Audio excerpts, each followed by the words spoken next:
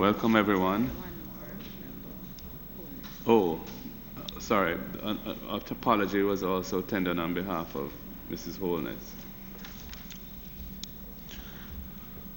So I'm just here to start by welcoming everyone who's here. Thank you for coming. We got off to a slightly late start. I think there was a previous committee meeting that the transition from one to the next took a little time. Welcome, Auditor General, and your team, ma'am. Mrs. Hope, Permanent Secretary, Mrs. Palmer, and the Petroleum and PBCJ management team, and of course, all the members who are here. In terms of opening remarks,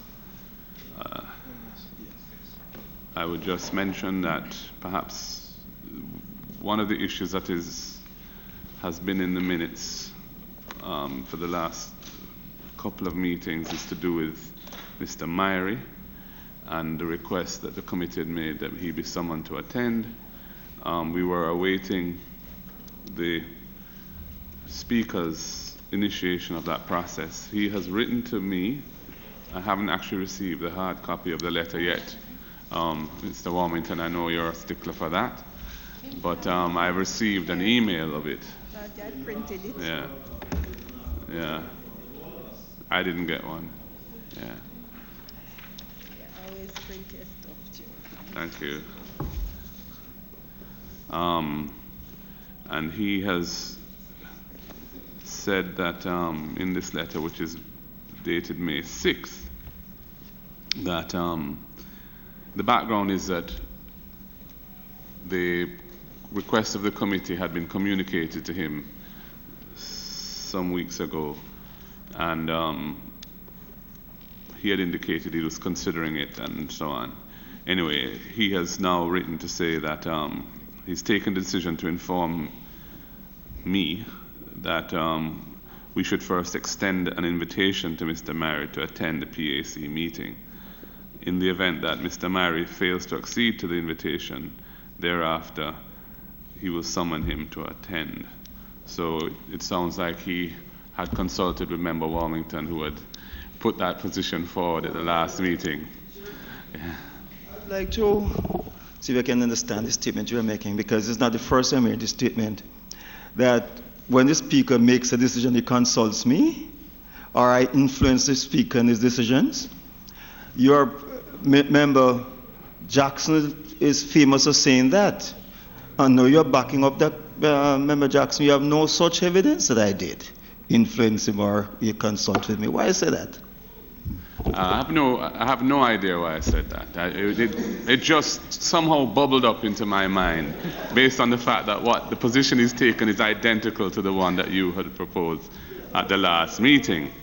And previous to that, he had said that he was minded to accept it, to accede to the request. So he has adjusted his position. Anyway, the Speaker has indicated his position on this. And I would invite members for their comments on this. Welcome, Member Bunting. We're just discussing the Speaker's letter in relation to the request that the committee had made for the summoning of Mr. Myrie. Member Warmington, we're aware of your position. It was fully stated last time. Yes. Do you want to reiterate it? So what I want to say is that we move with this, since we are in 2 weeks, to extend the invitation. So let it be minuted that this week we extend the invitation to Mr. Myrie. Any other views on the matter? So the invitation will be for him to attend the next meeting of the PAC. Because since it's not a summons, there's no notice. Yeah, it's an informal period, request. So to attend the next meeting you're suggesting. Okay, I have no problem with that. Members all right with that then? Okay, so that's what we'll do. Sure. So if you could communicate that. Yes, Member Phillips. I don't know if there's one other individual that is a constant in the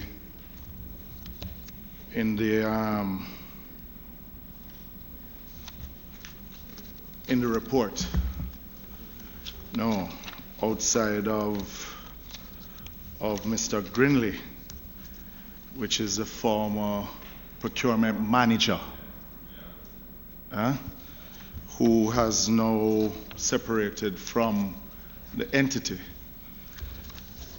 And it is interesting that, we have not yet, that person has not yet been questioned at all at this committee.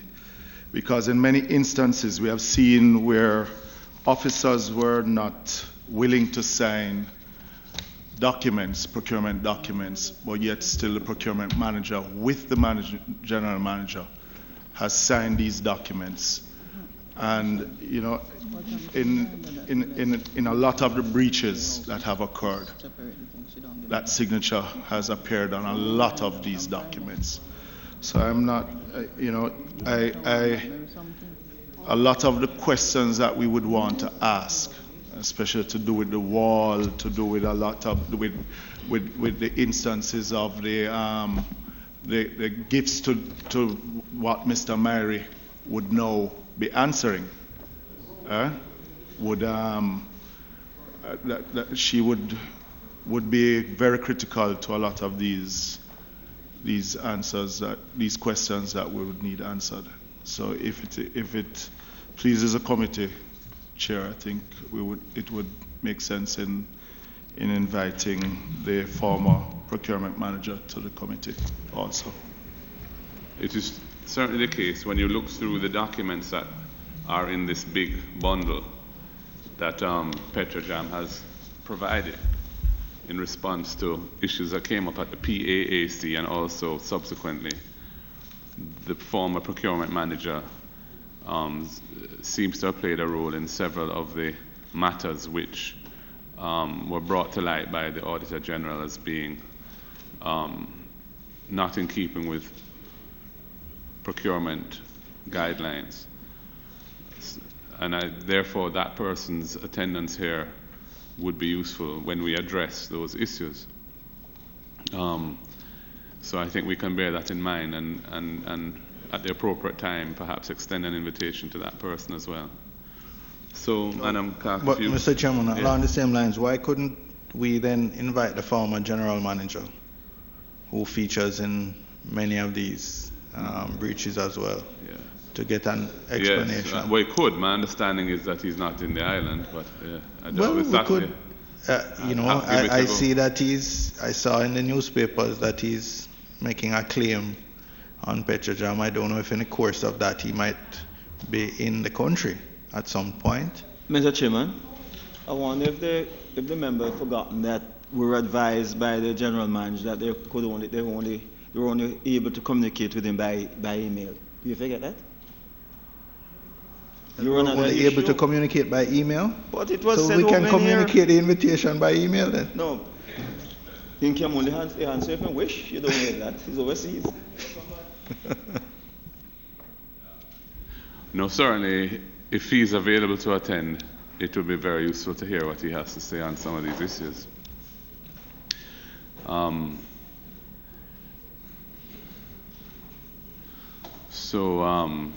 Madam Clerk, if we could please invite Mr. Myrie to attend the next meeting, and thereafter we can consider inviting both the former procurement manager. What is her name again? It begins with a B, I think. Bennett, is it?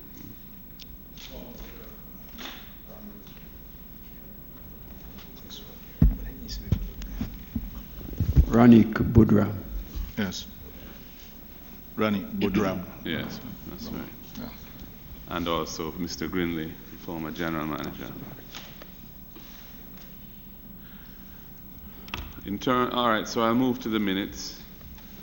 They were only circulated this morning. I don't know if members had a chance to look at them. I read them, and there are a few corrections that I would just bring to the attention of the committee and the clerk. Going on page 9, at the bottom paragraph, it's not freight on board, it's free on board. Yeah, free on board is it.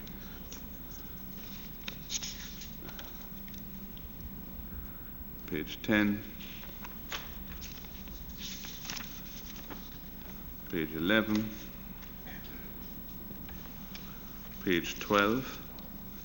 At the bottom of page 12, in the third line of the final paragraph, it shouldn't be supply ratings, it should be weightings applied. Weightings, W-E-I-G-H-T-I-N-G-S, the weightings applied to them.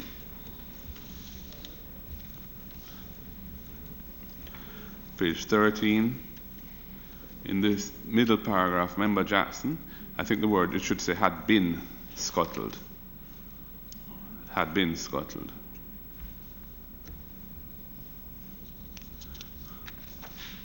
Those are the corrections that I identified.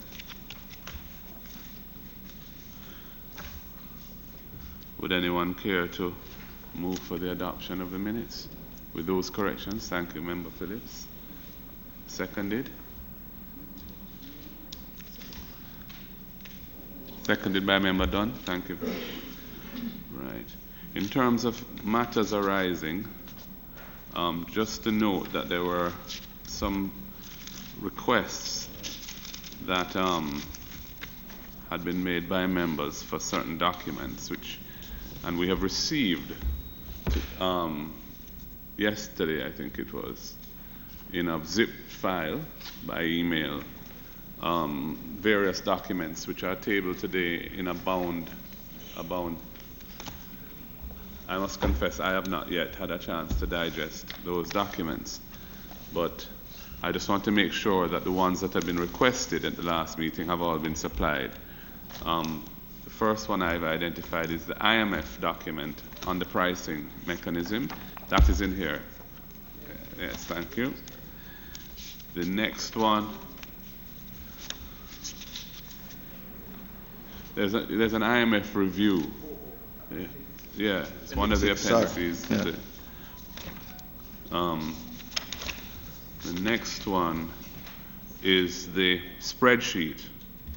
Now, I understand the sensitivity of the spreadsheet, and it's not something I think that we would want to be circulated widely or anything, but I know Member Bunting had wanted to actually have a look at it, and we're asking if it could be made available to him and any other member of the committee who may want to have a look at it, on the basis that it will only be used for their review and won't be shared with anyone else outside of the committee. So that has not yet been done.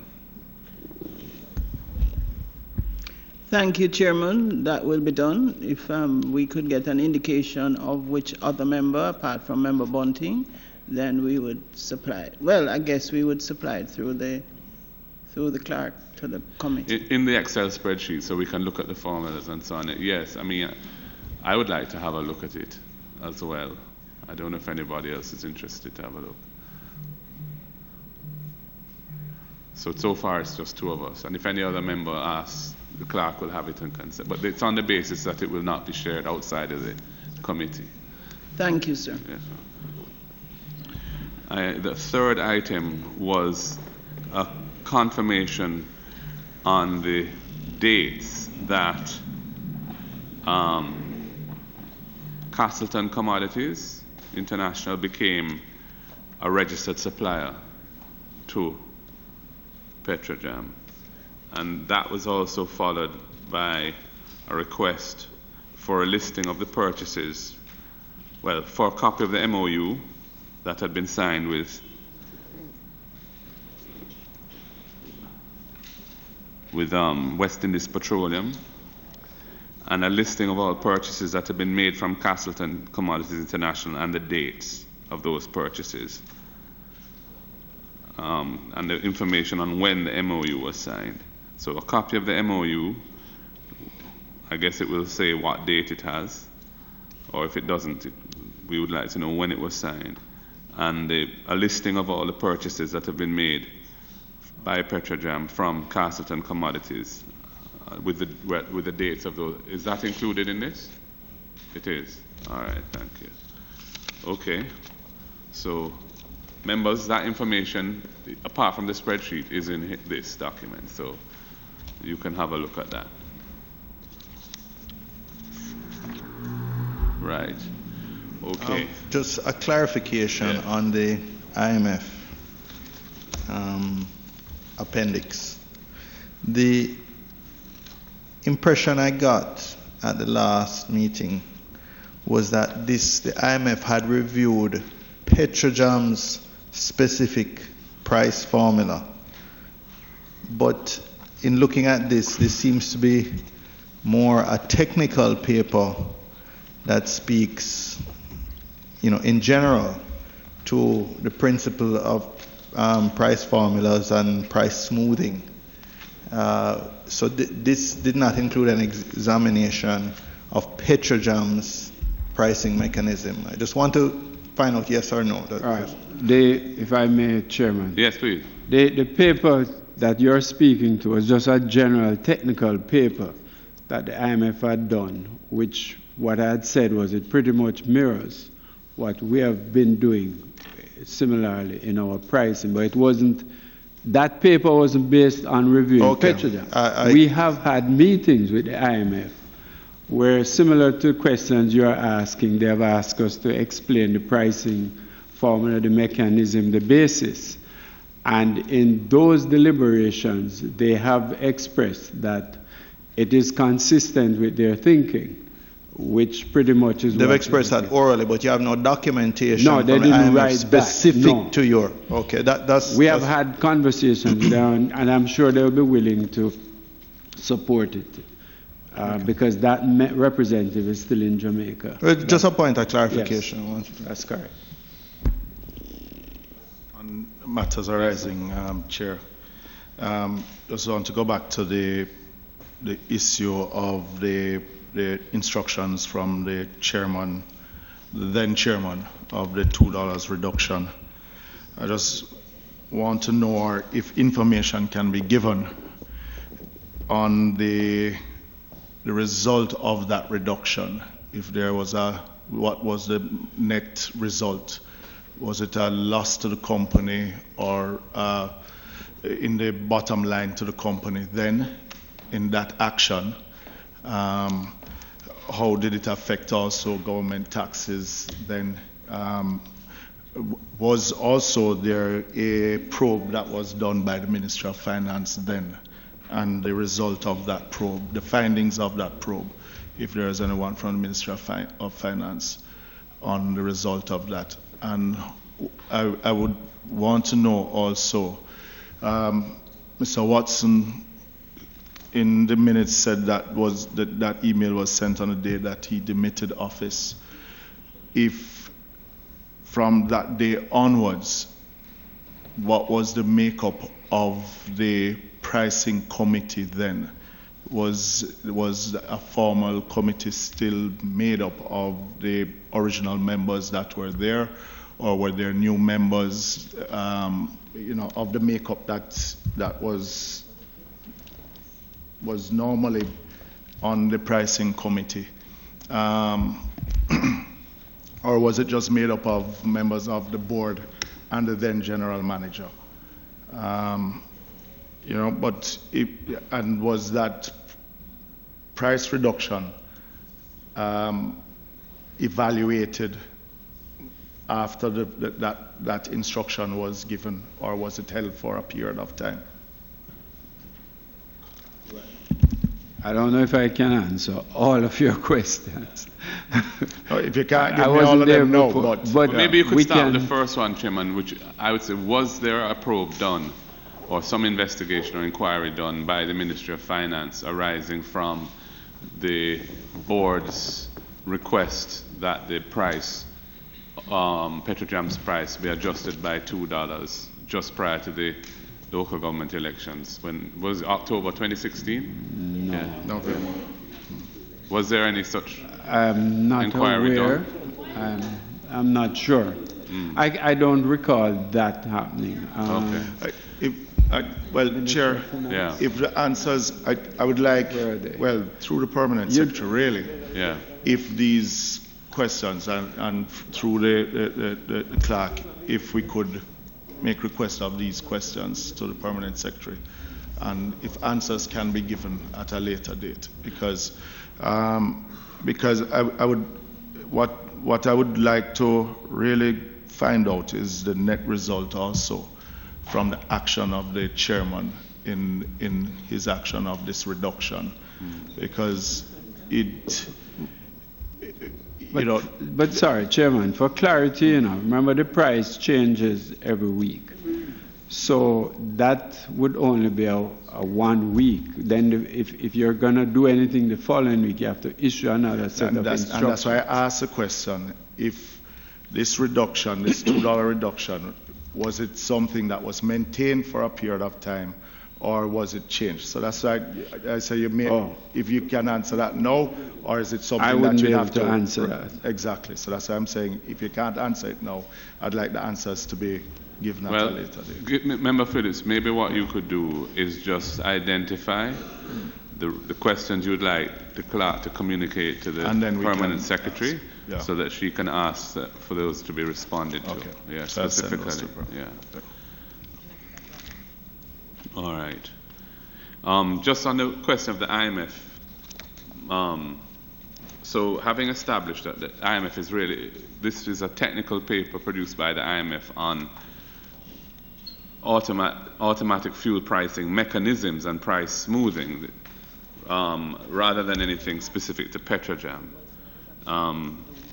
The question arises, given the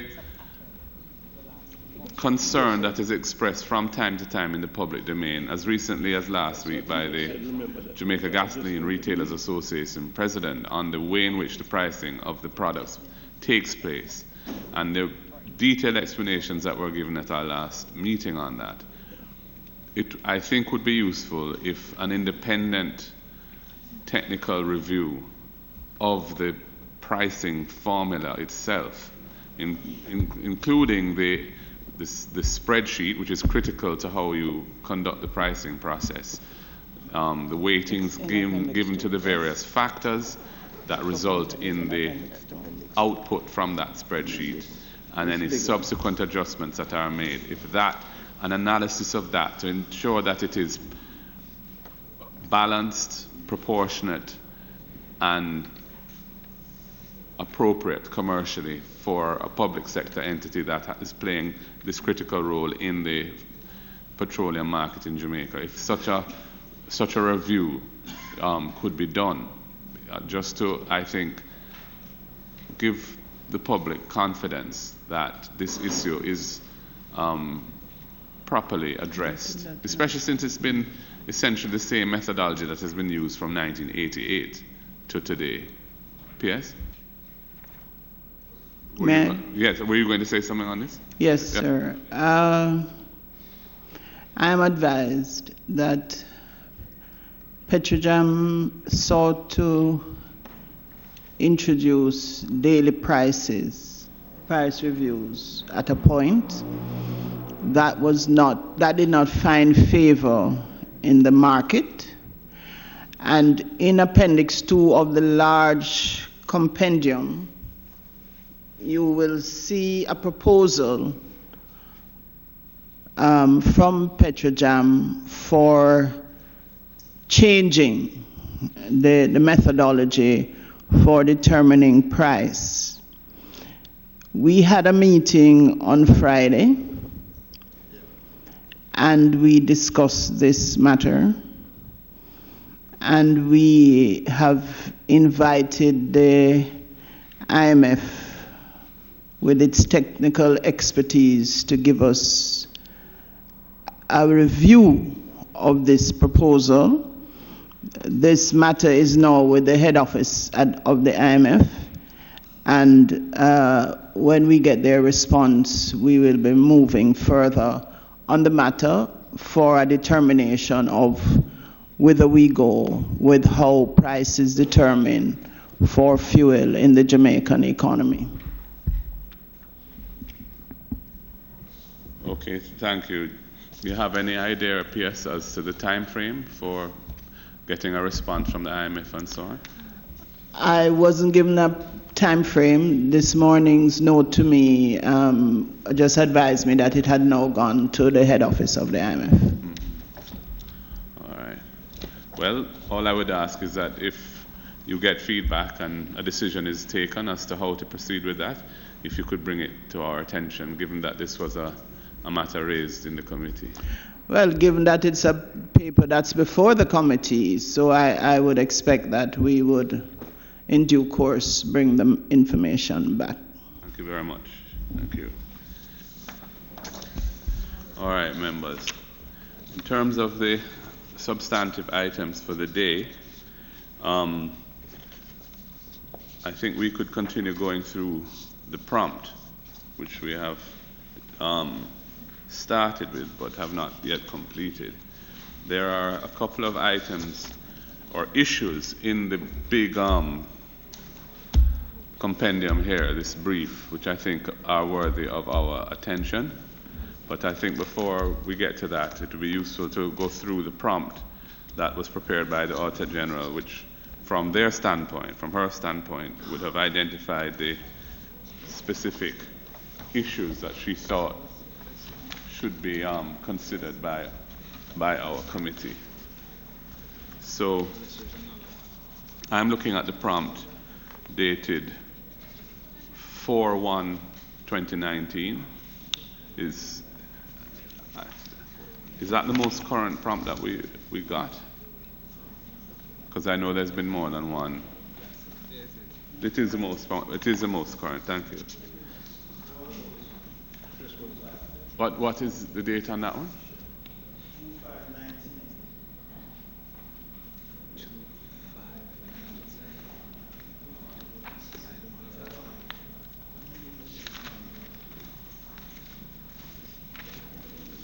2519.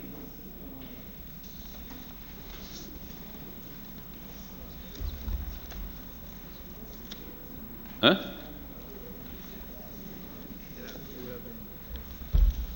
Is that a prompt? It's all right?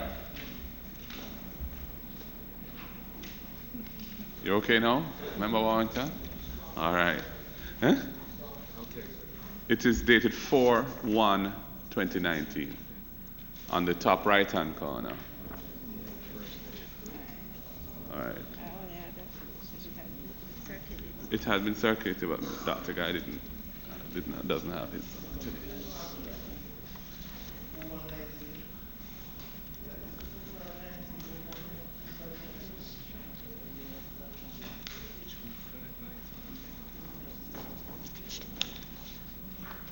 Is that a prompt? Just check what Member Warmington has there. I'm not sure if it's a prompt.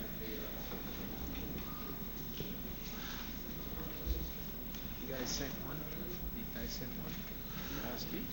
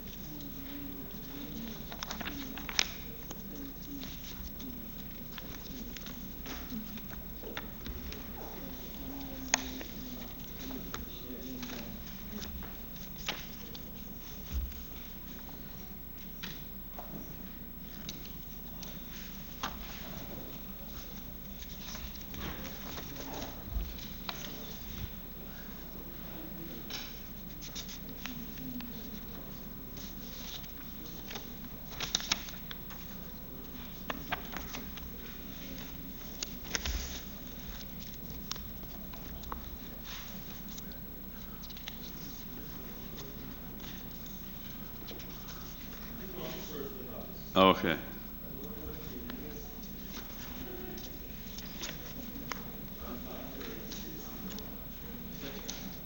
Hello, sir. I'm all right. I'm in line with the president of the Senate of St. Lucia. Okay. We're in a little hiatus. There's some documents being copied. No problem. Yeah, right. Just acknowledge her. Yeah. I will just write. He's the president of the Senate. St. Lucia. Yeah. Okay. You can give me a name I can. I respect.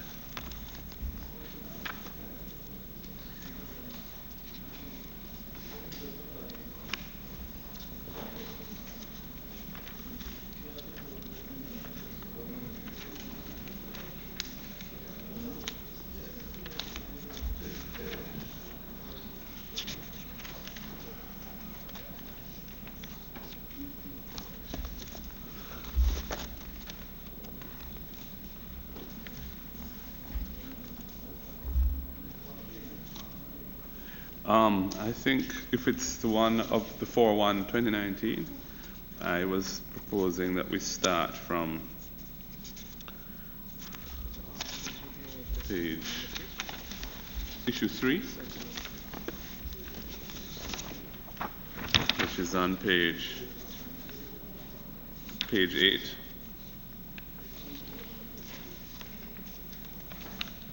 Okay. Yes. Members, I should just mention that we have a distinguished visitor. Well, we have two actually. One much more distinguished than the other, though. We have with us a visitor, the President of the Senate of St. Lucia, the Honorable Janine Girardi McIntyre. Welcome, ma'am. Very pleased to have you here, and of course, the President of our Senate, Senator Tom Tavares, Vincent Queen's Counsel. Welcome to both of you. Yes. We're just having some documents copied, so we're in a little hiatus until that is done. Refiner, upgrade, refiner, okay, but it's a PCJ schedule. Just hold a second. There's a response.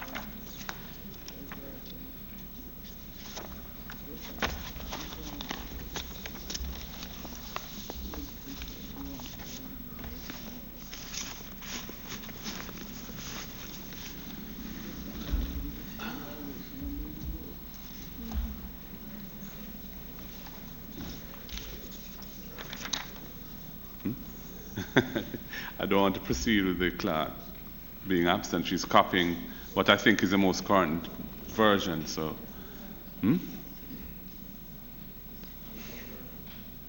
issue 3. Start with issue 3 on page 8 of the one dated 4/1/2019.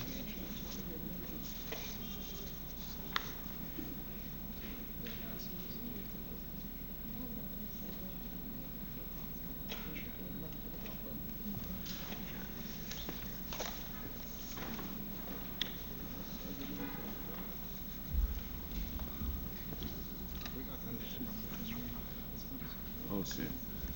No, you're using a different one. This is probably it's not. It's a different one you're using. Let me see. No, that one is that. This thing's so confusing. No, let me see. Issue 3.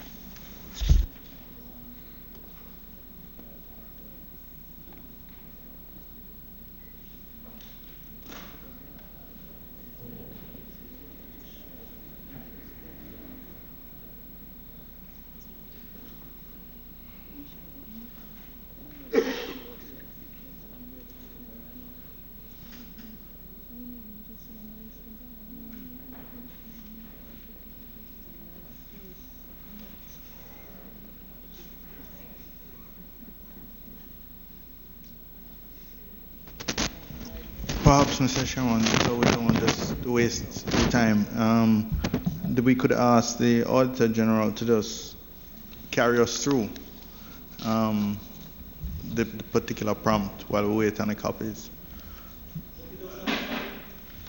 Well, the prompt of the 21st of January 2019, I assume is more current than the one dated the 4th of the 4/1/2019. Is that the one that we should be looking at then? The one of the January 21, 2019? No, I think the 4/1/2019 is not January, Mr. Chairman, it's April. Oh. Because it has update as at February 27th in the body. So I think So I think the day month, or it's month day. Okay. But there's another more current, I believe. Miss Bedford's going to check on it. Yeah, that's what we're But I waiting don't know. on. Okay, so Mr. Chairman, the prompt that I have before me is dated March 29, 2019. I suspect that the date to which you're referring may be the date on which it was printed, because I do not have a prompt dated February, April 1, 2019. I see. There's actually in very fine print at the bottom of this slide on page 9. It says Auditor General Briefing Report, March 29th, 2019. Yeah. So it is, I believe it's the same one. It's the same one. Yeah. All right. So we can proceed with this. Yeah. Do members have that? Yes. Very well. Well, some of the ground has been covered previously, but I think the next item. Before you reach there. Yes. The minutes had indicated that the committee was asked about the date on which an entity became a registered supplier. And Mr. Hewitt from Petrojam had committed to provide the applicable details as is indicated in the minutes here. I'm looking through this document that was presented to us this morning, and all we have here is a email thread, which does not really tell us which date that company became a registered supplier. It indicates in the email a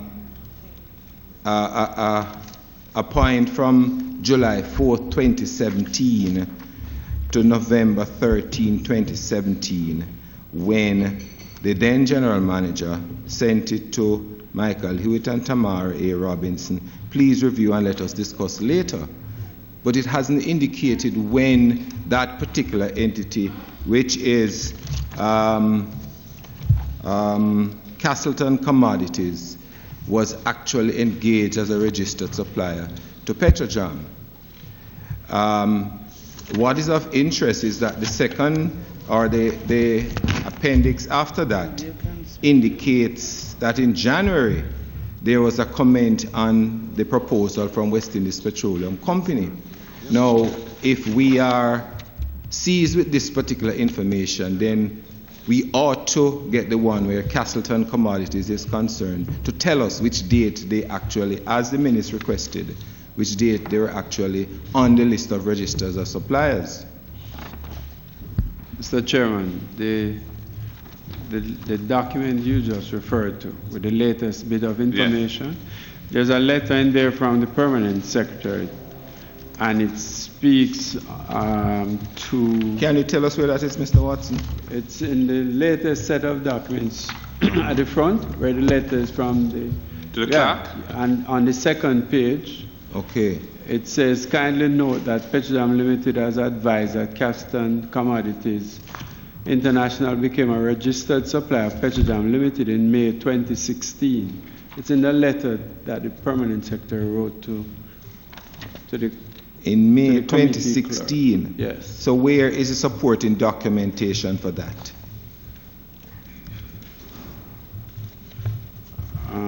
I don't have that here. Because if that is the case, why is it that we are given this particular document which speaks to Castleton Commodities at Appendix 2, which does make no reference to that particular date, as you have indicated, the permanent secretary states in her cover letter that Castleton Petrojam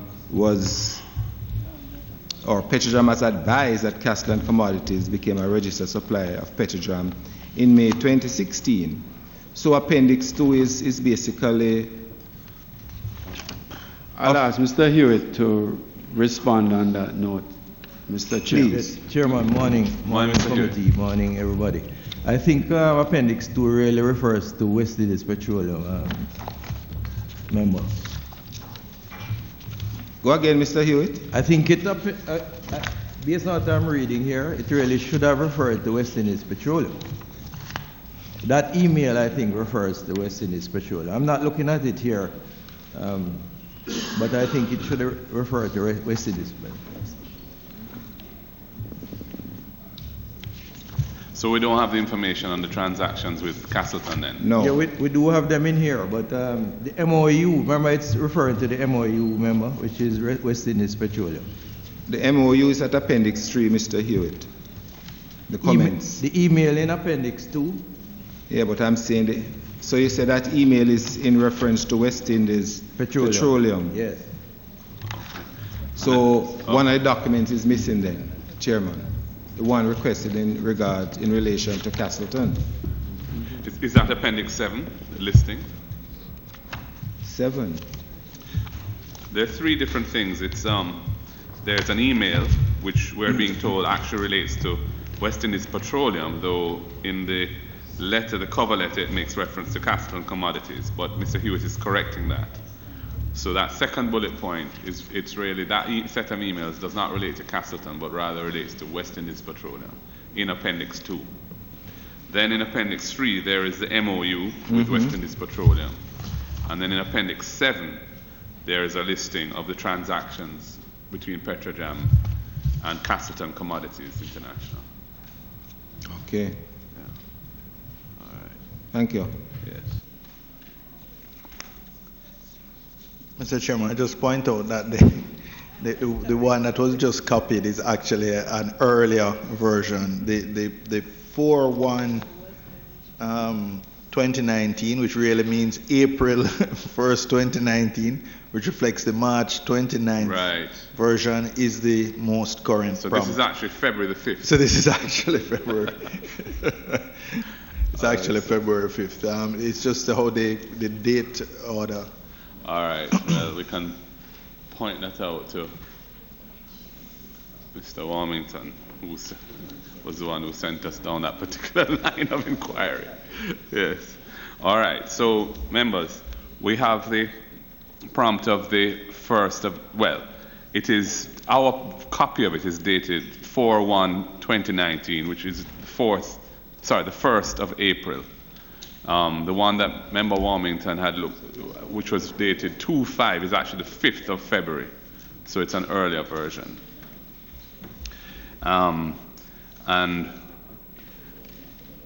we are looking at issue 3, which is on page 8 of our copy. Yes. So I would invite the Auditor General if she has any opening remarks on this issue.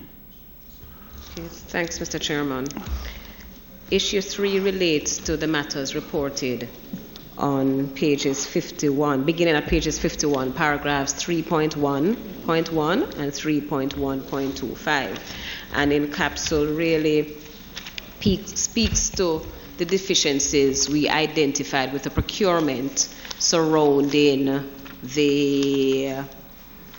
a number of projects which were undertaken at an estimated cost of about 1.5 billion. And in this case, we noted overruns of approximately 615 million. In addition to that, we had a concern regarding the consultancy service pertaining to the upgrade of the refinery project, whereas Petrojam engaged consultants to the tune of 17.4 million, but we did not see the benefit that accrued to Petrojam as a result of those consultancies. So there are a number of projects that would be included in that 1.5 billion, notably the matter with the perimeter fencing, the issue surrounding the lab, and I think there's one that would have just slipped me, the VDU as well. So there are a number of issues that I suppose you could examine individually as laid out on page 51 to 57 of the report. Thank you. So, members, pages 51 through 57 are what that issue 3 is dealing with. So there are a number of those. The 17.4 million paid for consultancy services, with what page specifically is that? Page 37.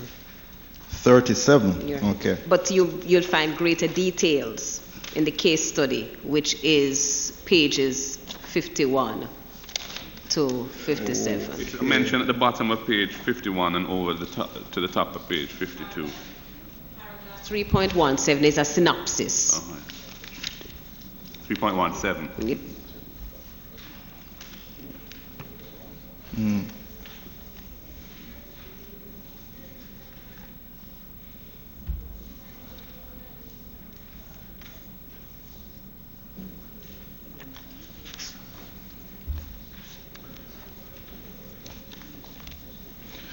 So Mr. the Chair? consultants you're referring to are architectural consultants or design consultants?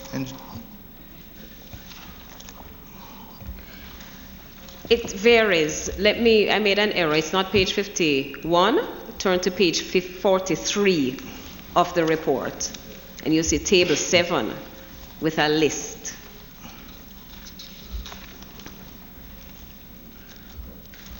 Right. So Yes. all these you have 12 different contracts with 10 different consultants are all related to this sentence in a prompt. I'm just trying to make sure Yes. we're on the same page. The refinery upgrade project Okay. and BDU.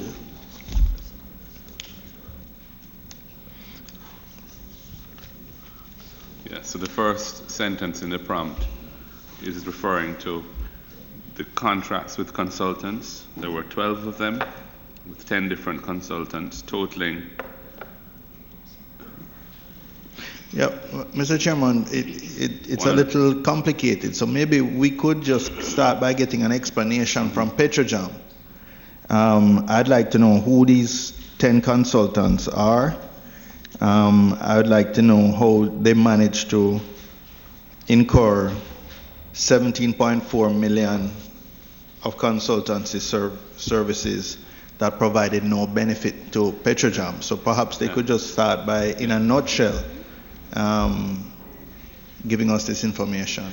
Before you embark on that, though, just to clarify, in Table 7, the total value of the contracts is $171.9 million.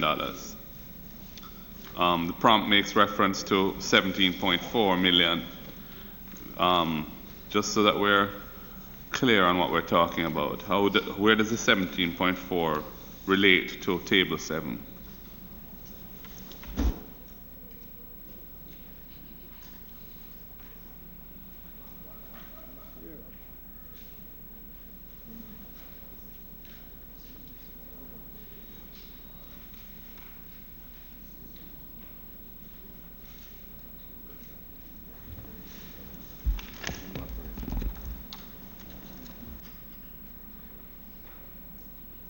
There were 4 instances where the procurement guidelines were breached, and the value of those 4 is 17.1. That's what I'm getting from the bottom of page 51 of the report, going over to page 52. And this. Right. This one and this one. Okay. So 17.4 Yes. relates specifically to item number 3, which is also referred to as consultant number 3 Yes. for 6875. Yes. And again, consultant number 3 because it's in relation to a specific consultant at item number 7. Yes. Financial and future sustainability assessment for 10.5 million. And is that the ASHA consultancy? Okay. Thank you. All right. So, members, on that issue, I would just bring to your attention the documents in the big bundle from Petrojam on that particular thing, which is actually the second tab in the final. Madam AG, and are in this table 7, methodology assessment, you're saying that out of the 12, 10 were direct contracts or direct, wasn't put out to tender? Yes, That's what you're saying? So what they going across? Yes. Methodology assessment, that which was utilized by Petrojam, and that which was required based on our understanding of the procurement guidelines. Yes. So DC, as is stated in the notes, is direct contracting. Right, so yes, but what was required? What was required was so 2 of the 12. Right. 2 of the 12 were what was required. The other 10 were not. Were not, yeah. right. Yeah. So just making a point. So, and again, Chairman, when I made the request of the procurement manager, again, this highlights the reason why I said that the procurement manager is critical in all of what we're going through in this documentation. So I agree. Again, I make that request that the procurement manager be called and brought to the committee. Again, Chair. So members, focusing specifically on consultant number 3 and the 2 contracts that are in table 7 of the Auditor General's report. Greater detail on this is provided in the documents in the second tab of this compendium here, and I invite you to have a look at those. Critically, there was this company, ASHA Corporation. The principal director of it is a gentleman called Rodney Davis. And there were 3 separate contracts with ASHA Corporation. One of May 15th, 2017, one of September 8th, 2017, and one of May 10th, 2018.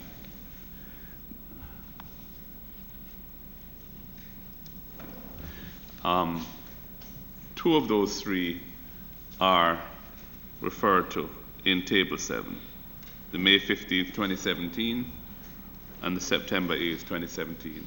The May 10th one isn't in Table 7, I don't think. All the procurements which were initiated by General Manager Floyd Grindley did not adhere to the procurement guidelines, which required limited tender methodology. The compliance officer did not sign the procurement documents as she disagreed with the justification for direct contracting. Who is the compliance officer referred to there? The Petrojam has a compliance person. Yes. And Pardon? And who is that person, or who was that person at the time who didn't agree and sign off on it?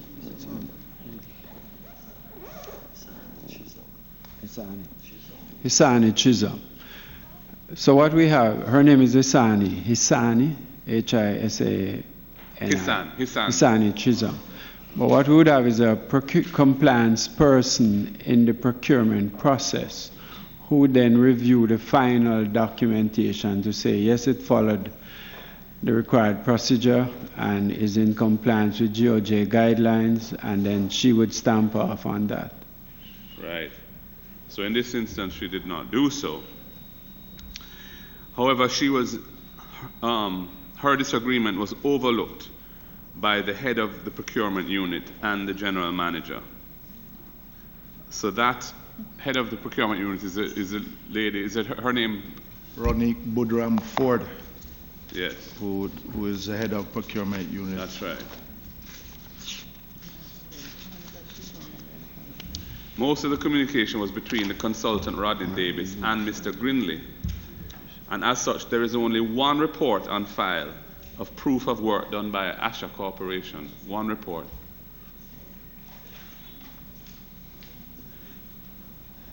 It may be That worse. report is in the bundle here. I think it is, yes. Just by way of background for this, the Auditor General's finding inadequate oversight and monitoring led to systemic breakdown in resource management practices at PCJ and Petrojam, resulting in material financial losses. In executing due diligence to inform its refinery upgrade project, RUP, the refinery upgrade project, we found no evidence that Petrojam benefited from $17.4 million paid for consultant services to conduct feasibility research and analysis, as the deliverables were not achieved. And that is what we're speaking about right now. Petrojam's access to Mr. Grinley's documents is limited to those saved to the network, as Mocha is still in possession of his computer and mobile phone. It says a total of 151,000 US was paid during the period June 2017 to May 2018. This is to Asha Corporation. 7 of the 14 invoices submitted were paid directly to Rodney Davis instead of Asha Corporation, although the contract was with Asha Corporation. So half of the invoices were paid to him personally instead of the company that was contracting with Petrojam. And it says here, and the payments were made to Mr. Davis by virtue of a request for payment to be made to him arising out of Ofac executive order. I would like some clarity on that. If somebody could please explain what that means. You have a contract or contracts with a company called Asha Corporation to provide services. These are contracts that the compliance officer did not agree with and refused to sign off on, but were nevertheless signed by the then general manager and the then head of the procurement unit. Under those contracts, 151,000 US was paid over a period of approximately a year. On the 14 invoices that were submitted, half of those invoices, 7 of them were not paid to the contracting party, but were paid to an individual who is a principal of that company. And it says here that that was done by virtue of a request made by him, and then it says arising out of Ofac executive order. Now, can someone please explain what the Ofac executive order is and why, where this request that was made, is it in writing? Was it explained? What was behind it? Good morning, members. Good morning, Chair. Okay, as it relates to this payment. Yes, just remind us of your name for the. My name is Carlene Evans. I'm the acting CFO at Petrojam. Okay, as far as I'm aware, during this tenure when the executive order was issued, which was around August 2017, we had an array of problems as it relates to our payments going through the banking system, particularly the overseas intermediary banks. A lot of them were questioned for enhanced due diligence where additional information. So there were extensive hold on the payments, including some of the payments related to Asha Corporation. And as such, Mr. Grinley was intimately involved with Mr. Davis. He was a project manager for this assignment. So coming out of those challenges, our requests, typically what we did when we had challenges with the payments was to ask for alternative banking instructions. So a request was made for Mr. Davis to provide alternative banking instructions, and this was what was provided to the company. Yeah. So approval was given for him to be paid accordingly. Mr. Chairman, yes. I just want to ensure that I understand. Ofac is the Office of Foreign Asset and Control. Right. That is a department of the U.S. Treasury that enforces economic and trade sanctions against countries and groups of individuals involved in terrorism, narcotics, and other disreputable activities. And so we're being told that we facilitated a workaround to hide or frustrate the intention of the U.S. Treasury to enforce sanctions against individuals involved in terrorism, narcotics, and other disreputable activities. This doesn't sound like an appropriate activity. No, Chairman, sorry, Chairman, if I can explain. The sanction was not against the individual. It was really against Petrojam because of the 49% ownership by PDVSA. So the sanction... But we were told in Parliament that Petrojam was never sanctioned. It was never identified. There was a broad order, but it was never... Petrojam was never identified. It never said Petrojam directly, but it said entities that were involved with PDVSA. And even though we were 51% owned by the government of Jamaica, there were banks and other financial institutions and even customers and suppliers who refused to do business with Petrojam, notwithstanding the ownership shares breakdown because of the whole Ofac sanction.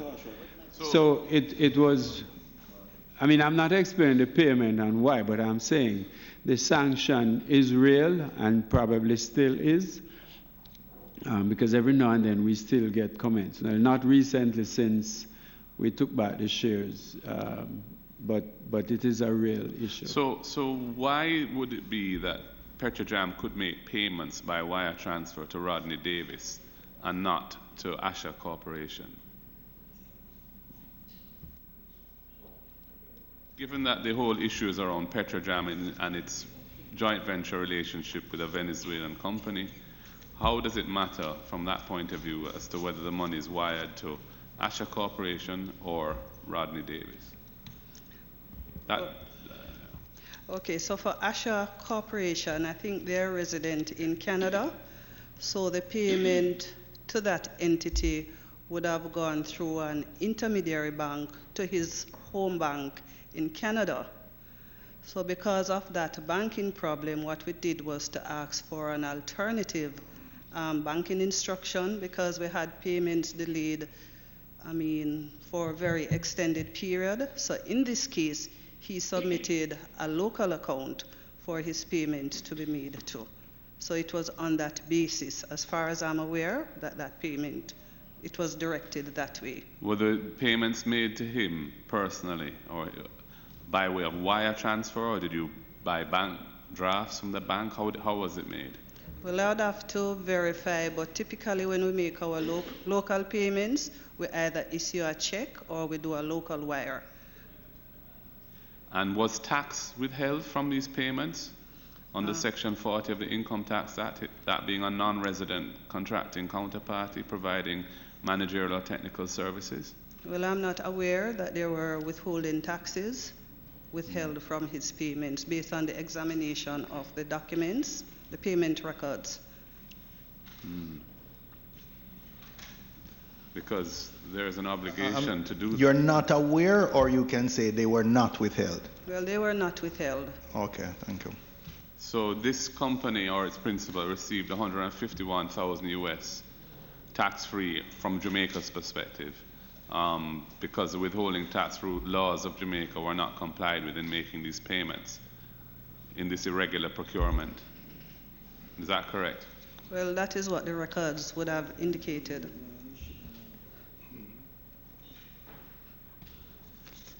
Right.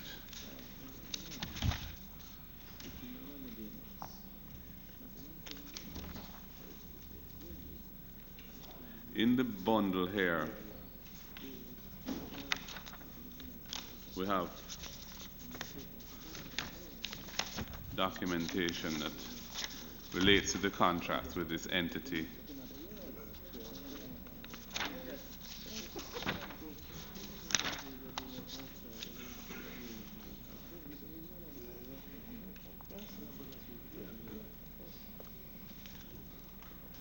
The initial contract of May 17, or May 2017, I think that is, yeah, was for 47,200 US. And for that 47,200 US, Mr. Davis and his company were to liaise and work with Muse as they conduct valuations of the refinery. So a valuation was being done by a professional firm. He was being hired to liaise and work with them as they conduct the valuation, review their valuation, and then determine opportunities within current operations of Petrojam to increase revenues from all sources. So he was paid 47,200 US dollars for that. Then in August, 3 or so months later, there was another contract signed with him, this time for $55,200. And for this, he was to review all existing financial management and regulatory reports and do project economic analysis on the vacuum distillation unit project. And then there was a follow-on procurement in March 2018 for another 51,000 US dollars, for which he was to evaluate the viability and capital investment of JPT. Remind me what JPT is? Jamaica Petroleum Terminals. That's a terminal owned by the multinationals in Montego Bay. Yes. A storage tank farm. Right, thank you. So for this 51,000 US dollars, he was to evaluate the viability and capital investment of that terminal, which is owned by foreign multinationals, throughout the throughput agreement over the life of the contract, coordinate with the finance team of Petrojam and senior managers to optimize data and reporting inputs from various departments into cohesive management reporting, continue to provide financial assessment support for the refinery upgrade and VUD project management and financing efforts, and assist the F&A department to review management information system and internal controls of Petrojam. The contract is here.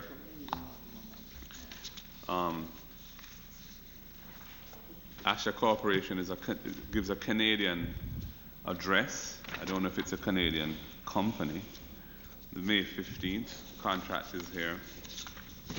They said there was one report, Mr. Chairman. I've been looking through it. I can't quite find it.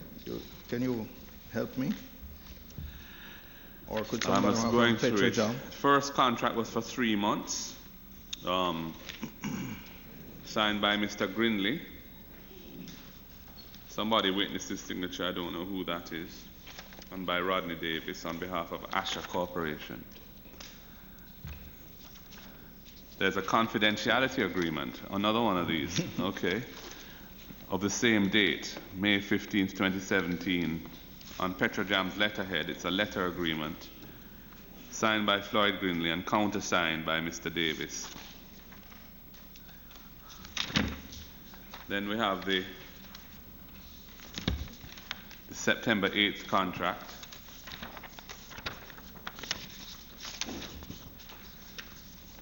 Again for 3 months. And this one is for the 55,200, signed by Mr. Grindley for Petrojam, by Rodney Davis for Asha Corporation. The signature of Mr. Grindley is witnessed. It's not clear by who. And then there is this contract of the 10th May 2018 for consultant services, witnessed by Bis Budram in this instance, signed by Mr. Grindley on behalf of Petrojam, and by, looks like the same signature for Asha Corporation. In terms of work actually done,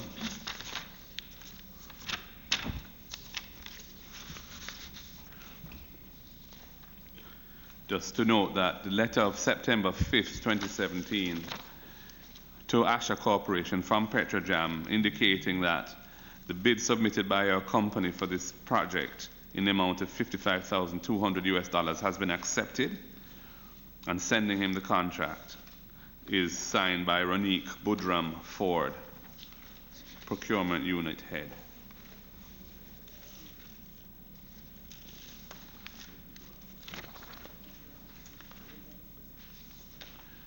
Then there's a letter of August 18th, 2017 to Asha Corporation, signed on Petrojam's letterhead, again signed by Ronique Budram Ford, Procurement Unit Head, and says, "We wish to thank you for your bid in response to the captioned procurement activity. However, during the examination and evaluation of your tender, a discrepancy was noticed between the figure placed in the form of bid of $51,000 and the figure on the price schedule of $55,200. However, upon further assessment, it was noted that the provisional sum for additional expenses of $4,200 was not included in the price quoted on the bid form. Here, further to the foregoing, we're hereby requesting that you confirm in writing that you will stand by the quoted price on the price schedule, inclusive of the provision sum of $55,200.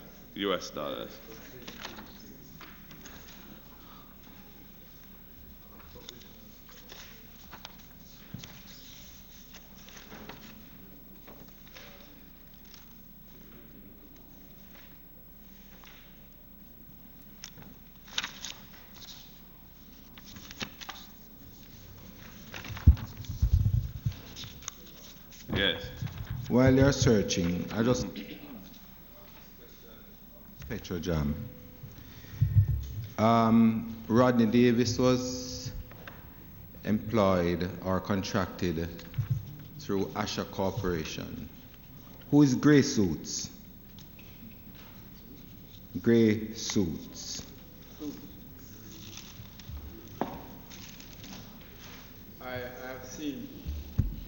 I've seen the name Rodney Davis with Gray Suits below it in the document we have just supplied. Yes. But I don't know what's there. So it's in this one, the latest one you got.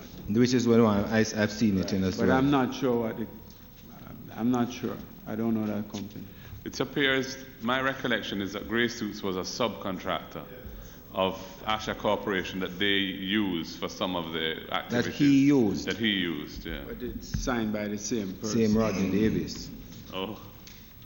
Yes, he's CFO and partner in Gray Suits. Where is that? This is in the document that refers to the West Indies Petroleum. The last set of documents we got, Appendix 2. So Petrojam doesn't have any payments being made to Rodney Davis directly, but arising from work done by Gray Suits. Sorry. Does Petrojam have any documentation or any knowledge of any payment made for work done by Gray Suit but paid directly to Rodney Davis?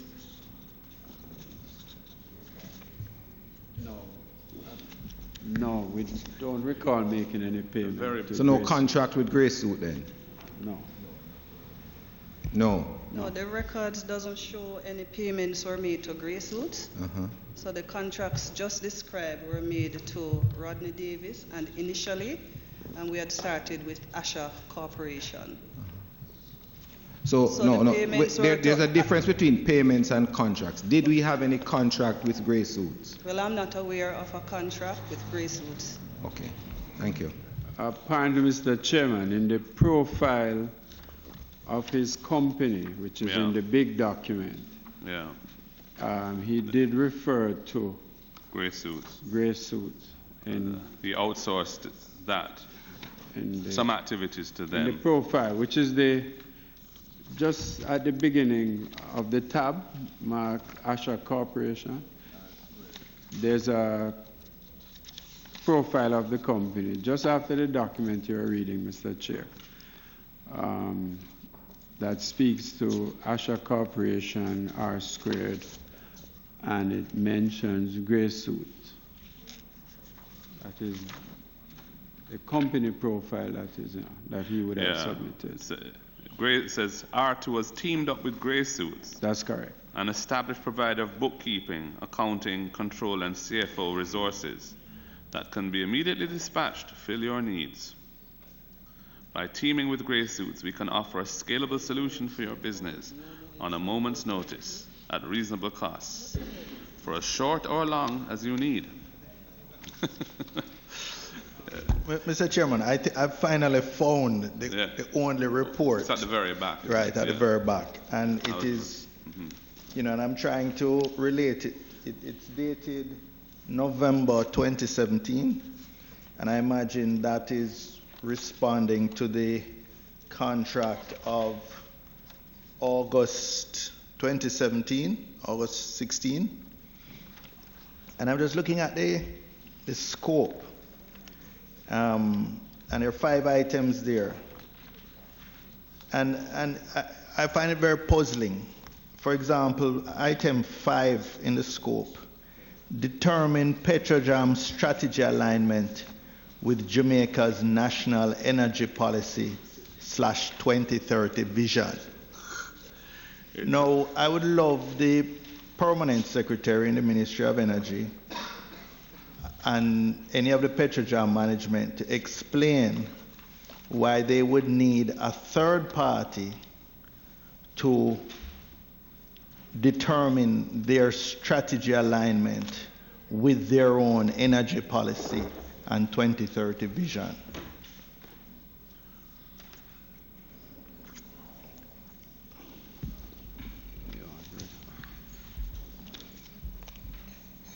And pay that third party $55,000 US.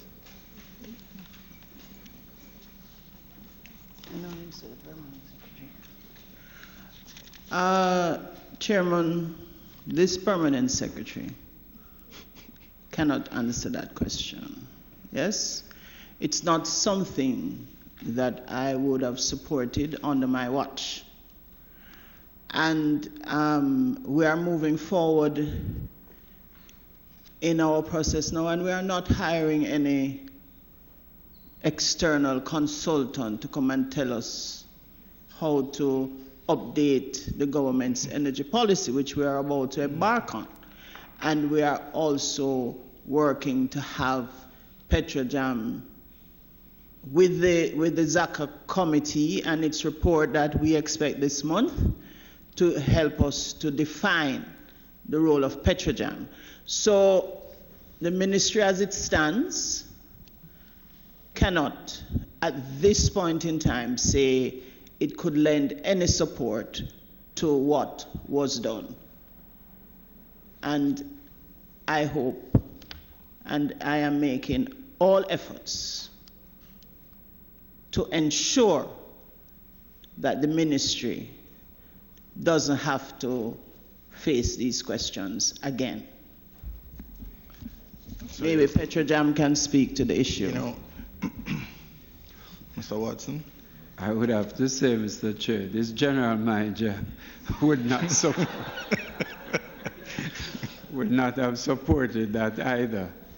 And I'm not sure if any member of my team can even speak to it. But you can ask them for themselves. But it's not something we would have supported, not this team anyway. So you're basically saying that the expertise can be found within PCJ and Petrojam and the ministry for what a consultant was employed, $151,000 US. I would say yes. I would say yes to that. And Mr. Chairman, I would just point out, I've looked at this report quickly. It's comical. It's basically giving back to Petrojam the information that it provided to them. So, this is really an extreme case of a consultant borrowing your watch to tell you the time and to charge you for it.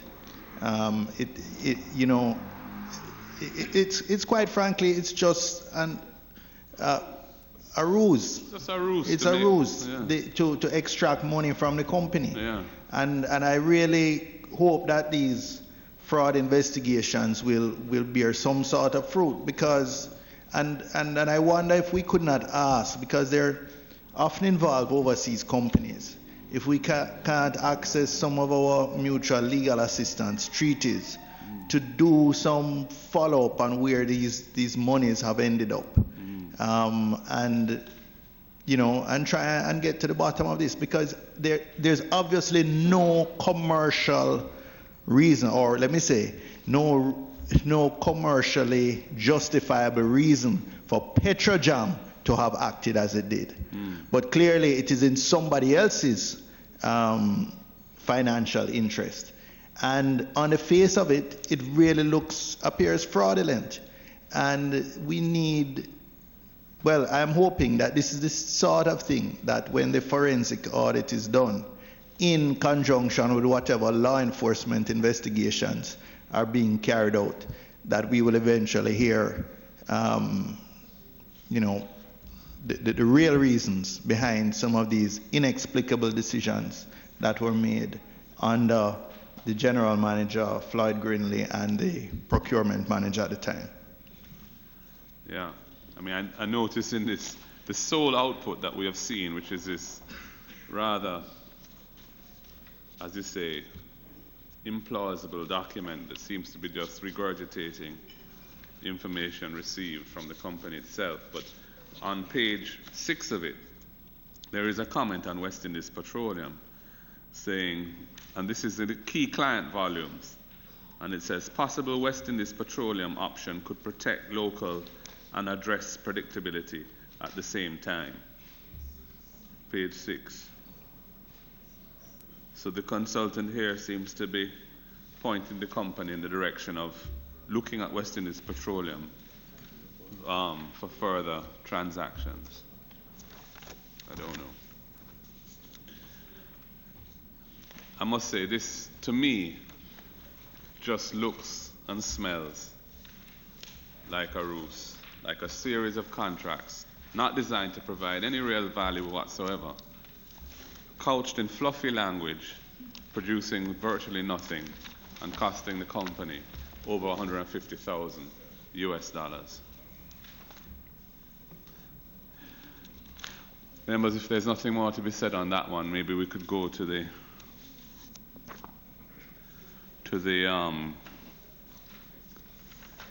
next sentence in the prompt, which was, we examined 4 projects amounting to 1.5 billion, and for 3 noted cost overruns totaling $615.7 million. For the other project, Petrojam made a bad business decision of awarding a contract which is $67 million more than the initial estimate, for which it could not determine that additional value was received. This brought total financial exposure on the 4 contracts to $682 million. Auditor General, perhaps you could just point us to the contracts being referred to here, the 4 of them.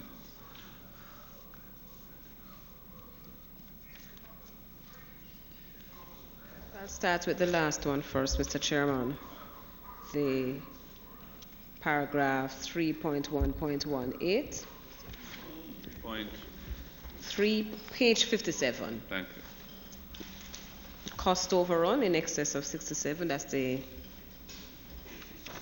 Yes, thank you. Right. That's the first one.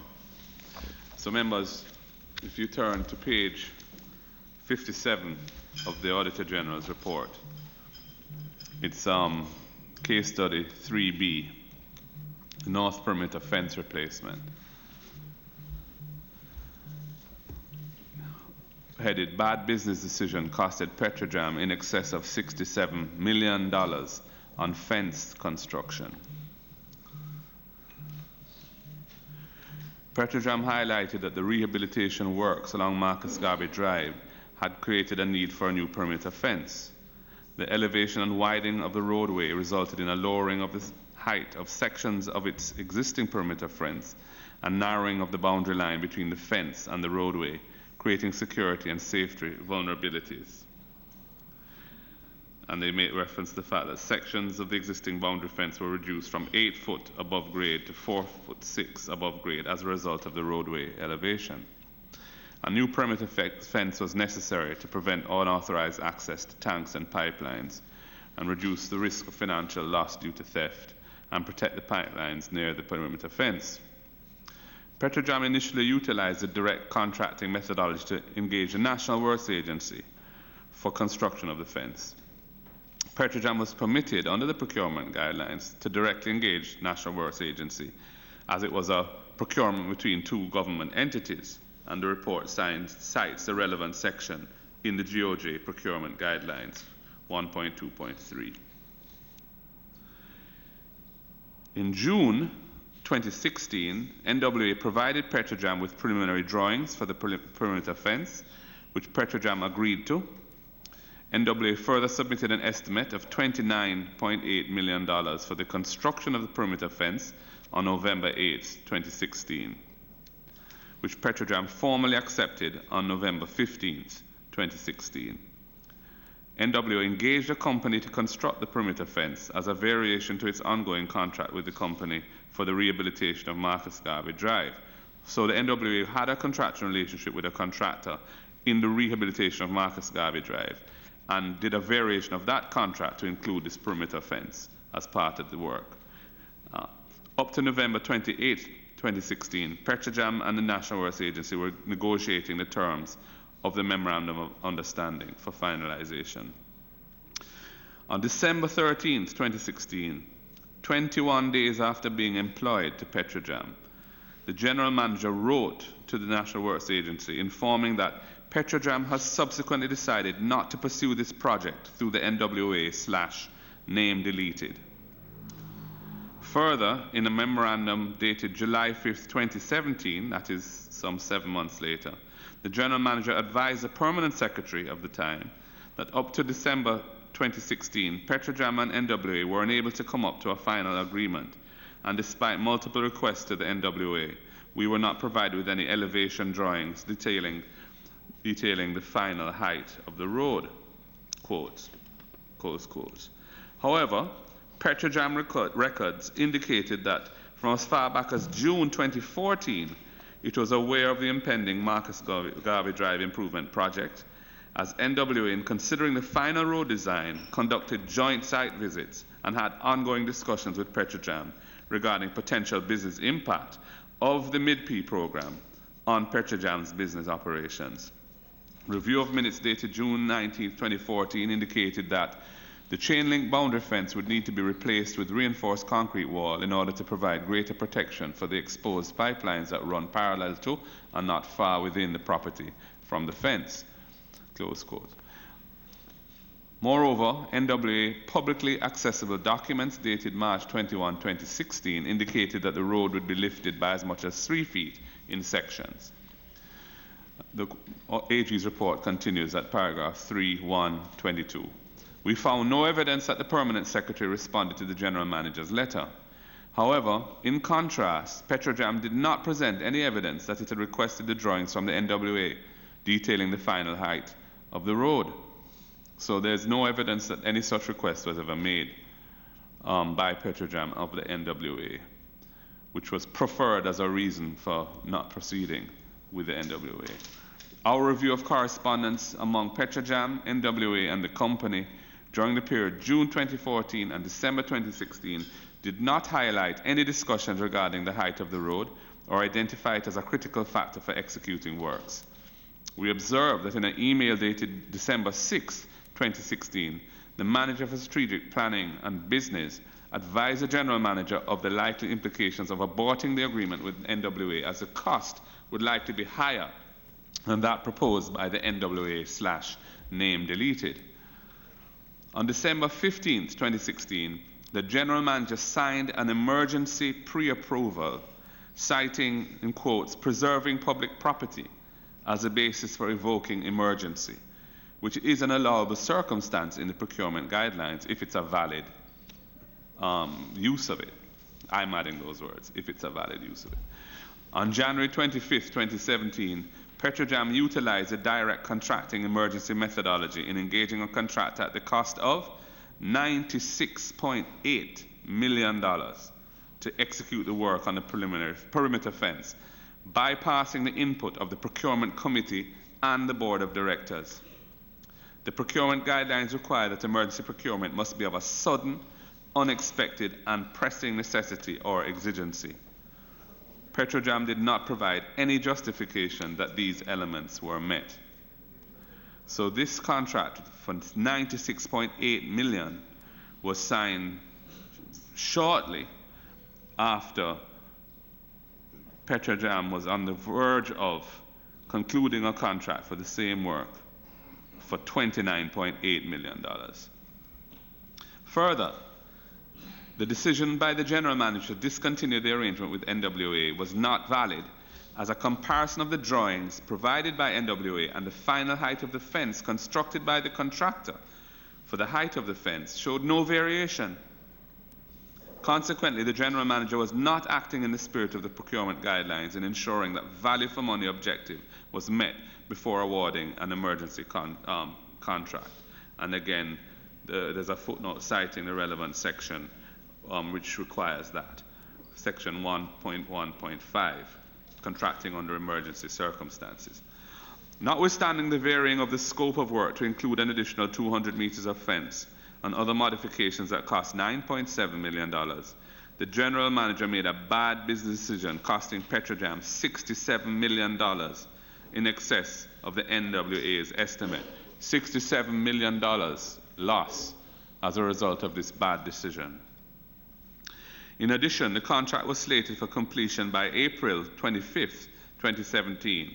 However, practical completion was achieved 78 days after that, on July 12th. So it took over 2 months extra to complete this fence, beyond the contracted date. Petrojam did not exercise the liquidated damages clause in collecting $207,000 due to the time overrun of 78 days. And there's a footnote with a formula that's in clause 45 of the contract with that contractor, indicating a daily rate of 0.01% per calendar day, and the calculation is there. We noted that the previous general manager, who was in negotiating with NWA for the construction of the fence, assumed the role as group general manager of Petroleum Corporation of Jamaica, PCJ, the parent company of Petrojam. However, we found no evidence of any input from PCJ in the decision to abort the arrangement with NWA. That's you, is that Mr. Watson? This, coupled with the apparent non-response by the permanent secretary to the general manager's decision, showed a system of weak oversight from PCJ, the parent company, and the ministry, the parent ministry. $67 million of loss. You know, members. First of all, let me ask a question. Which construction company is this that's mentioned here that got the direct contracting? The company is Construction Solutions Limited. Construction Solutions Limited. Yeah. Is this one of the famous bushing contractors that were utilized in the emergency bushing? Mr. Chairman, can we just ask you, sir, to direct the deliberation here? I notice you're very antsy about that. That's the first thing we've heard from you all morning. I heard the member. The answer is yes. Mr. Chairman, I was comfortable all along, Mr. Chairman. I was comfortable all along. Right. And I notice whenever I try to speak, Mr. Chairman, your reaction. I wonder why. No, you're asking to shut down the person asking the question. No, Mr. Chairman, I didn't ask you to shut him down. I asked you to direct the deliberation so that he keeps it. In the case of what is on table before us now, Petrojam. That's all I'm asking you, Mr. Chairman. But I realize that you're busy doing something else. I was actually making a note of the name of the contractor. in my Auditor General report. And it's Construction Solutions Limited, is that the name? Yeah.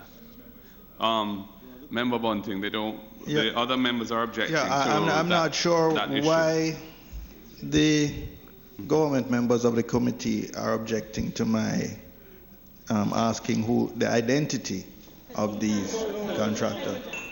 Nobody objected asking to that. Nobody That's not what we're asking, no. and that's not what Nobody we're saying. Nobody ask the question. Well, you ask Mr. Watson a question and he has no answer. He answered you, so I don't know why you add that part to it. Obviously, this is a very sensitive subject. Yes. And you know, Mr. Chairman.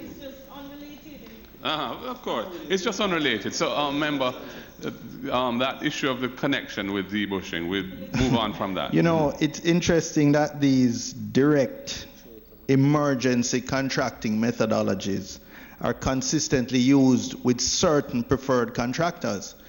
And I am not going to be part of any conspiracy to cover up that fact. Let everybody know who gets into these sweetheart deals that when it comes before this committee, we're going to expose them at least to public scrutiny. And they must understand that it is not going to stay in the dark when these preferred deals are struck. This is taxpayers' money we're talking about, and we must expose it. Go ahead, Mr. Phillips. Yes, Mr. Phillips. Chair,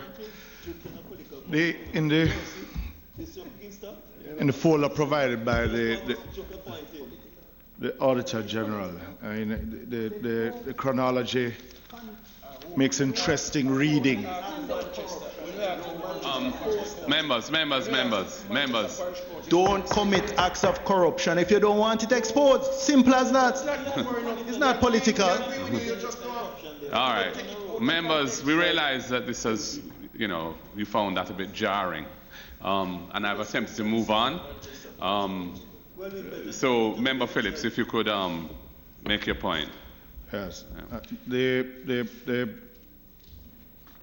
chronology of the dates and the that has been provided makes interesting reading.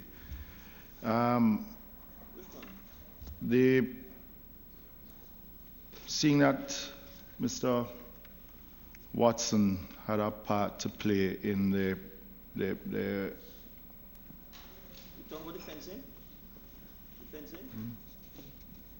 had a part to play in the negotiations with the National Works Agency. And in reading this, what would have made the difference between the estimate that was done by Petrojam and the estimate that was submitted by the National Works Agency? There was a difference between the two totals. You're talking that there was a subsequent estimate done, like 76 million or something like that? Is that the one you're talking about? The estimate, National Works Agency came in at 29. Right. Right. The one that was done by the works by your internal was a little more than what came in by the works agency for 29. Well, maybe if I add some background to the discussion. Please do. So they were doing the upgrade on Marcus Garvey Drive, and they did destroy the wall. So we went to the NWA and said, look, you have destroyed our wall. You should put it back. So during those negotiations, what they pretty much said is, we're already mobilized, we're doing work, we have the contractors doing the work here. So it would be cheaper for us if we did the work, for us as in Petrojam, if they did the work, the NWA. And that is how come we ended up getting that price. Internally, we would get our engineers to look at the scope of work, and they will come up with a cost estimate. But typically, in my opinion, the best price is when you go to market and you get a comparative comparable estimates. The fact that our in-house guys got a higher number would have given me comfort that 29 is even better for us. And that's basically the basis on which we signed the agreement. NWA would have already been on site. So yes, they would have covered a lot of costs already, such as mobilization, etc. But what makes it, I mean, disturbing, Chairman, is because you left in November of 2016. Correct. Right, and that would have been around the 20, what? I left about the 23rd or thereabouts. About the 23rd of November. 26th. 26th of November. Yes. Yeah. And Mr. Grinley would have started when? Just around that time as well. About the same time, so about the 26th of November. Well, the Auditor General's report says on December 13th, 2016, 21 days after being employed to Petrojam. So that would suggest, I think, that Mr. Grinley would have been employed by Petrojam something around the 23rd of, or thereabouts. I think yes, he went up, he was there about the 23rd or thereabouts.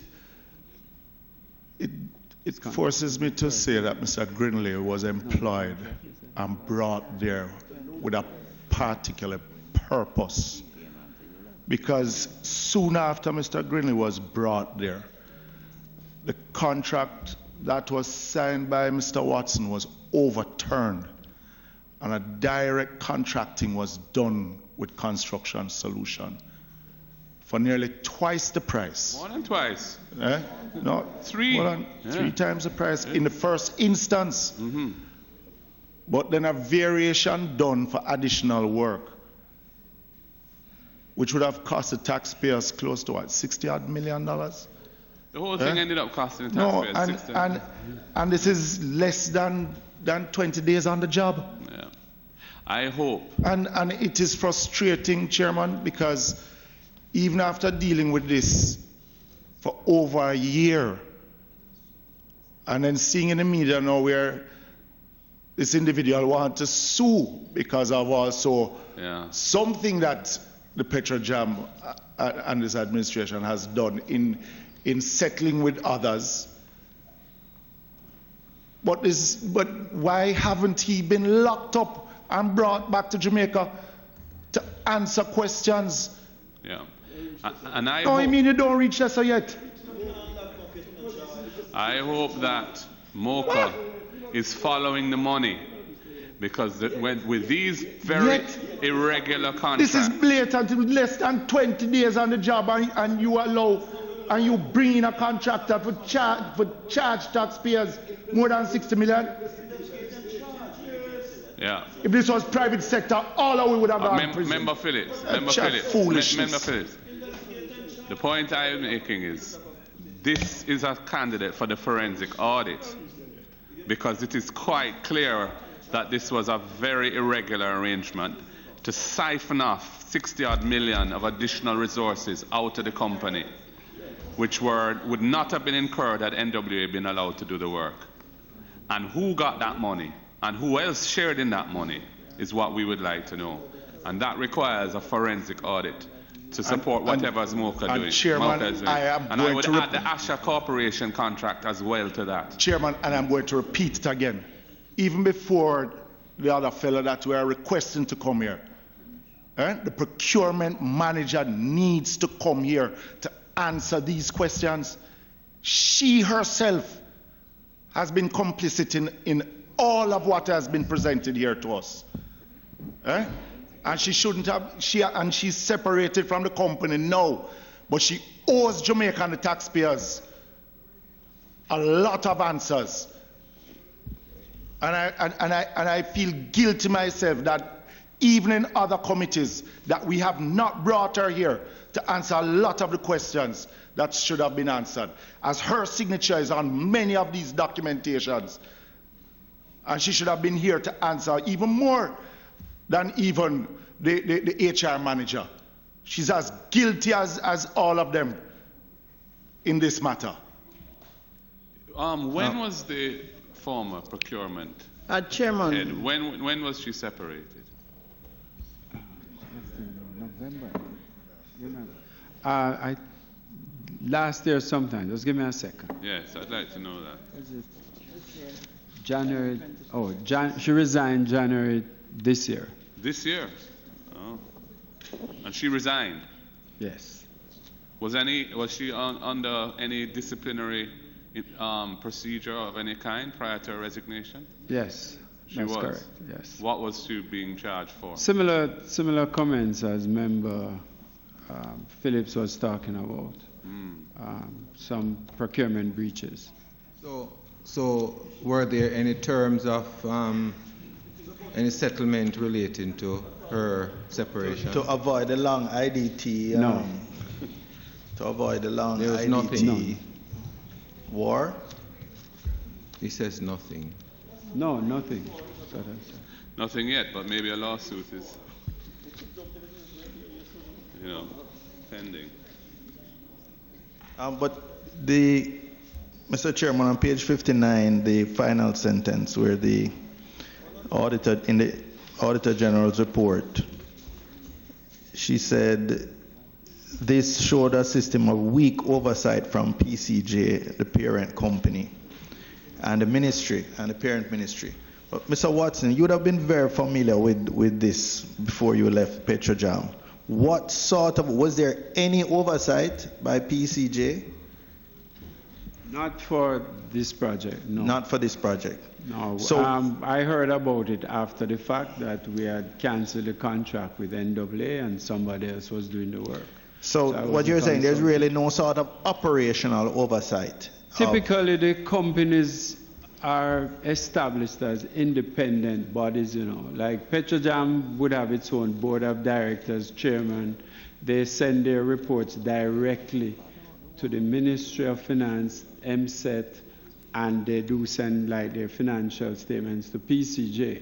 But operationally, they're totally independent, and that would have obtained for Petrojam Ethanol, for Wigton at the time, Petcom at the time.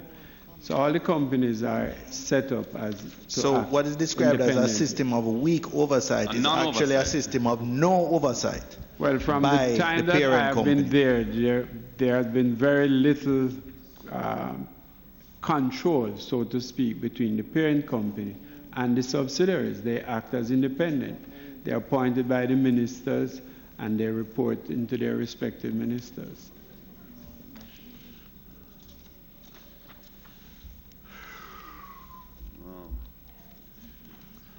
Could we get a copy of the contract with this contractor?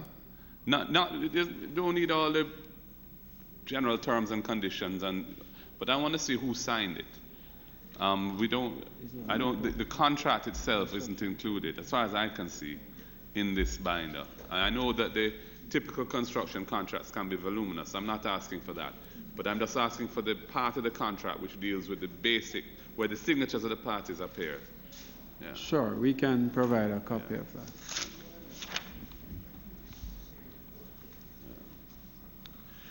So, that's did Construction Solution do any work? Another candidate this morning for the inclusion in the forensic audit. Is this Chairman, yes. You're asking for the signature of the contract. Don't you need a little more than that? The content of the contract. I'm not talking about the specification, all of those. Because if it costs 67 more, you need to see what is involved in the contract.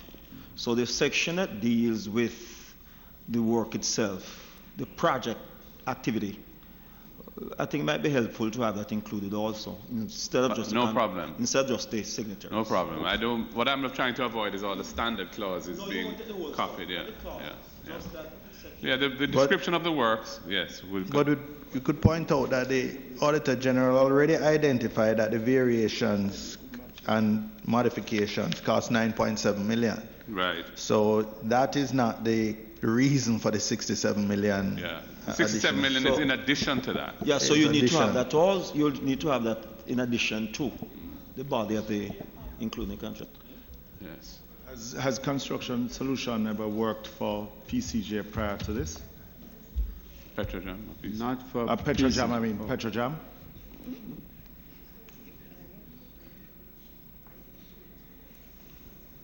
My understanding is yes, they have done some work for us in Montego Bay. And was Petrojam happy with the...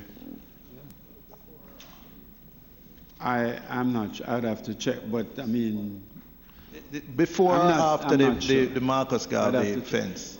sorry?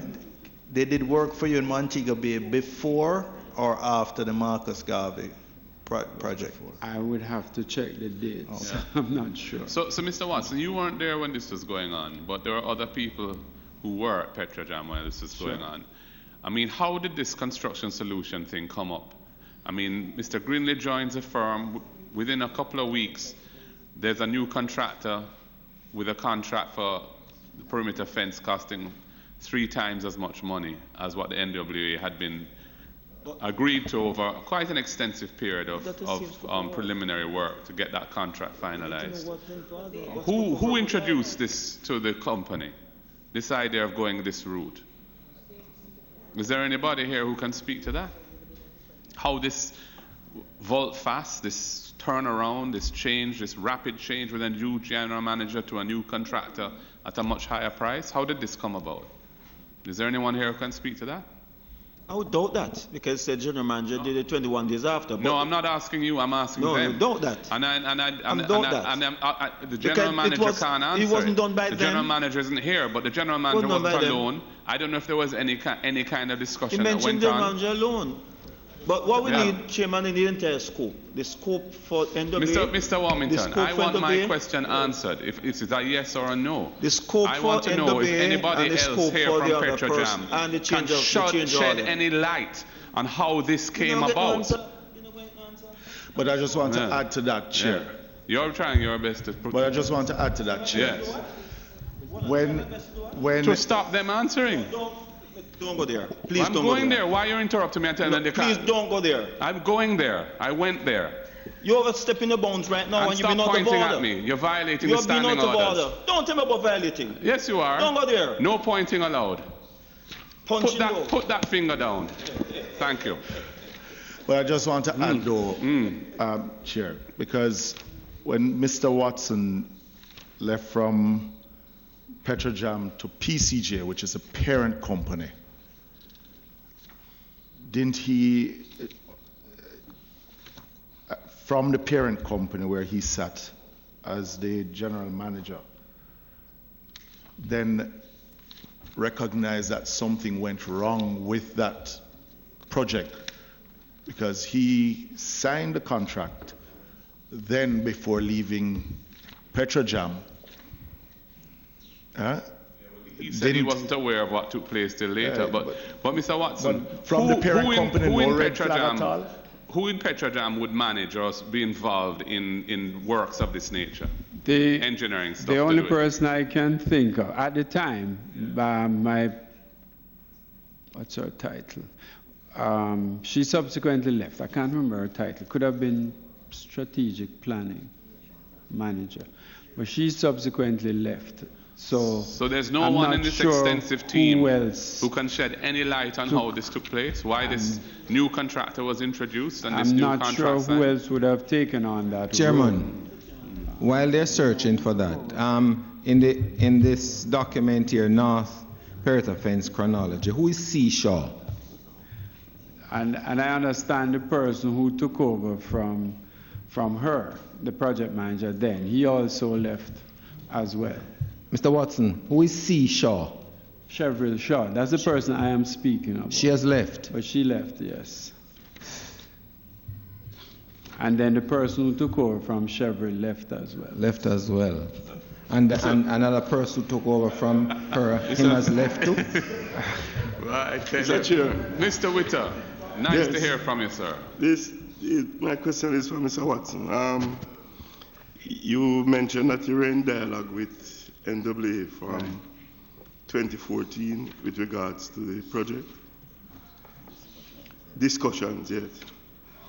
When did you get the BQ from NWA as it relates to the costing? I would have to check all these dates. Right. It was an ongoing discussion, and there's even a letter in here that I sent to Mr. Patterson. But it was an ongoing discussion from the time they started doing the work on the road. Right, but I mean, when did you get that BQ with the costing of the 20 I would have to million? check. Because the letter I sent to him was on November the 15th. And it says further to, it's in your pack. Oh.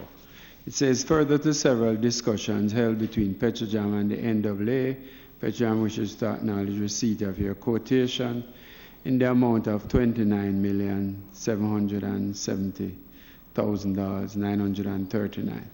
And it says to provide all labor materials supervision and to construct a reinforced concrete crash wall with a chain link fence on top. The crash wall and fence will be installed on Petrojam's northern boundary. Construction will be done and it names the company, China Harbor, as a variation to the ongoing contract for the roadworks being done on Marcus Garvey Drive.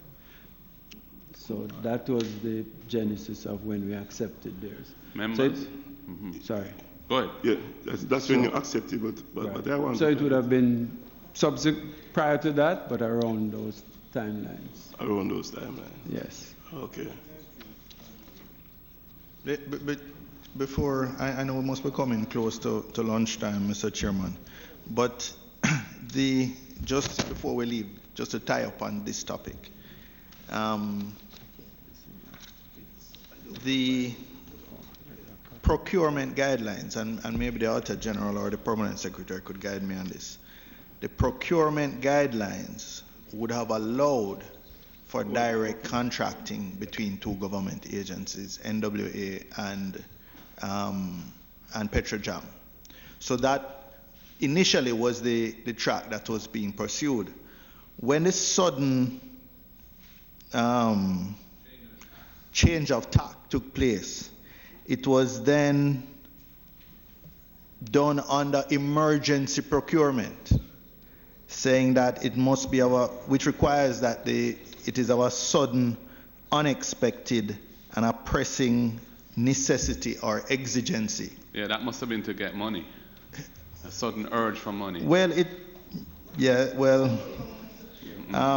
Chairman, I believe it is very disrespectful of you and other members, especially as the chairman, to continue to make and cast those statements without proof of that. So what was the emergency, Mrs. Holness? You need to state the facts, Chairman, and not make those statements as the chairman. What was the emergency? You need to conduct the meeting as a chairman. What was the emergency, Mrs. Holness, since you're objecting to the Chairman, neither myself or yourself were there. I know I wasn't there. I know I wasn't there. But to just conclude the paragraph I was reading, Mr. Chairman, it ended, Petrojam did not provide any justification that these elements were met. So my question is, we have these procurement guidelines.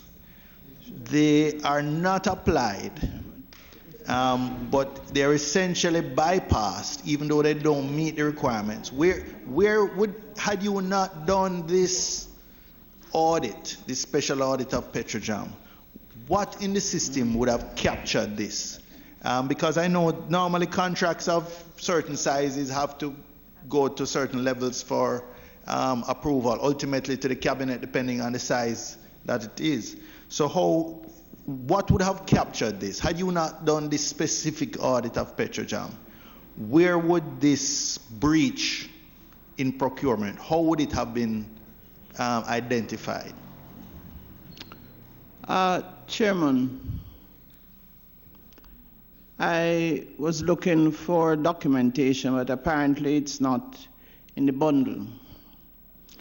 But in my reading, I did read an exchange of emails between the general manager and the procurement, the former general manager and the former procurement manager or I don't remember the titles, but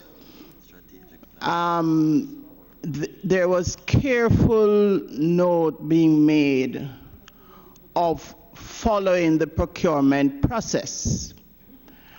The officer pointed out to the general manager that the works agency provided the most efficient means of getting the job done. Then as I read on, the emails saw her being instructed to proceed as was directed to this other entity.